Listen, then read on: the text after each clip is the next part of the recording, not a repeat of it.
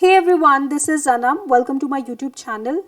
In this video, I'll be discussing the summary of lesson number 1 from the book First Flight of Class 10, A Letter to God. The story is about an innocent man, Lencho, who has unshakable faith in God. Lencho is a hardworking farmer who lives with his family in an isolated house on the top of a hill. He has unwavering faith in God. When the story opens, Lencho is very happy. He's standing with his wife and he tells her that he's expecting a good harvest this year. He's expecting to earn a lot of profit. All he needs is a good downpour. When in the evening the family settles down to have dinner, his prediction about the rainfall comes true. It rains heavily. The family is happy. Lencho, just like a small child, he runs out of his house to get the pleasant feel of the raindrops on his body. He also compares the raindrops to new coins. Why? Why with new coins? Like I said, he only needs, to get a good harvest, he only needs a good rainfall, which will help him earn a lot of profit, which will help him get a lot of money. So he compares the raindrops to new coins. But sadly, his happiness doesn't last long. It rains continuously for several hours and the rain is accompanied by hailstones. All his corn is destroyed. They are left with nothing.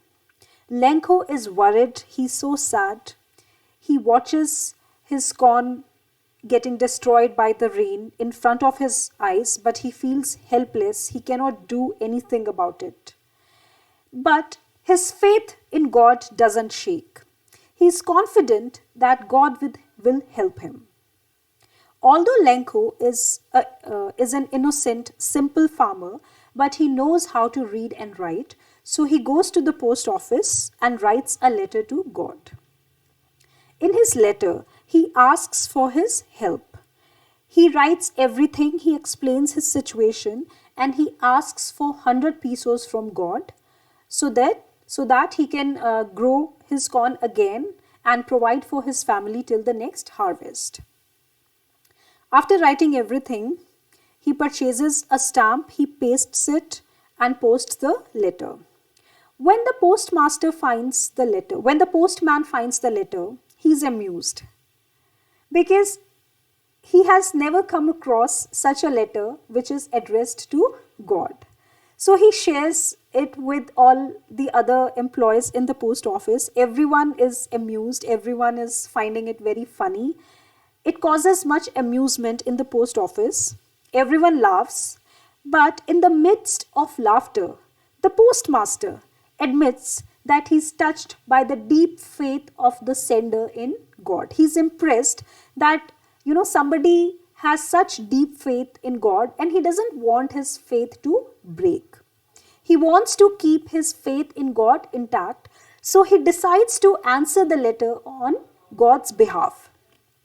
When he opens the letter, he reads everything. After knowing that Lencho is asking for 100 pesos, still the postmaster doesn't change his mind. He is still intent on helping Lencho with the money. So he donates a part of his salary to help Lencho. He also raises some money from the other employees of the post office. Everyone contributes to it. Despite all his efforts, the postmaster cannot collect 100 pesos. He manages to collect a sum of 70 pesos. So he puts the money in the envelope and he doesn't know what to write. So he writes only one word in his letter, in his response letter, God. That's it. He writes only God. He puts the money in the envelope and he posts it. Next Sunday, Lencho returns to the post office to get his letter. The postmaster is contented to help him. He hands him over the letter himself, and in his office, standing by his window, he sees Lenko. He wants to see his reaction. Like I said, postmaster is very happy. He's very satisfied with his act of charity that he did to help Lenko. So he's just looking at him. Lenko opens the letter. He reads God. He is not at all surprised. When he sees the money, Lenko is not at all surprised. This shows his deep faith in God's generosity. Lenko was sure that yes, God will help him definitely. He did not doubt it for even 1 second. But then something strange happens, which the postmaster did not expect at all. After counting the money, Lenko gets really angry because he's sure that if he has asked for help from God, he cannot make a mistake and he cannot deny what Lenko has asked from him. So he is sure that God must have sent 100 pesos and the remaining 30 pesos were taken by the post office employees. So he gets angry. He goes to the post office again.